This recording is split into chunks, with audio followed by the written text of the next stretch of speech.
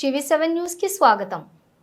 పెద్ద దోర్నాలలోని ఐనముక్కల గ్రామంలో 49 కోట్లతో 130 పడకల మల్టీ స్పెషాలిటీ ఆసుపత్రి త్వరలో ప్రారంభం. ప్రకాశం జిల్లా పెద్ద దోర్నాల మండలం ఐనముక్కల గ్రామంలో 49 కోట్ల వ్యయంతో నిర్మితమవుతున్న 130 పడకల మల్టీ స్పెషాలిటీ ఆసుపత్రి 85% పూర్తయింది. మిగిలిన పనులు వేగంగా సాగుతున్నాయి.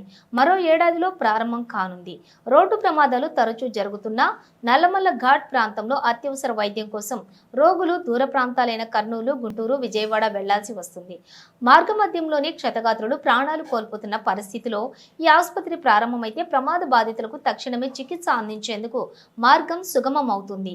పేదలకు సులభతరంలోని అత్యాధునిక వైద్య సేవలు అందించవచ్చునన్న ఈ ఆసుపత్రి ప్రారంభోత్సవం కోసం ప్రజలు ఆసక్తిగా ఎదురు చూస్తున్నారు.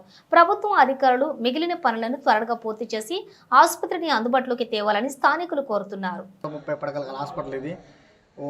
వర్క్ వచ్చేసరికి 80% కంప్లీట్ అయిపోయింది. రిమైనింగ్ వర్క్ వచ్చేసరికి 1 year లోపు కంప్లీట్ అయిపోద్ది. సరౌండింగ్ చుట్టుపక్కల ప్రాంతాలకు ఈ హాస్పిటల్లో సేవలు అందించబడును.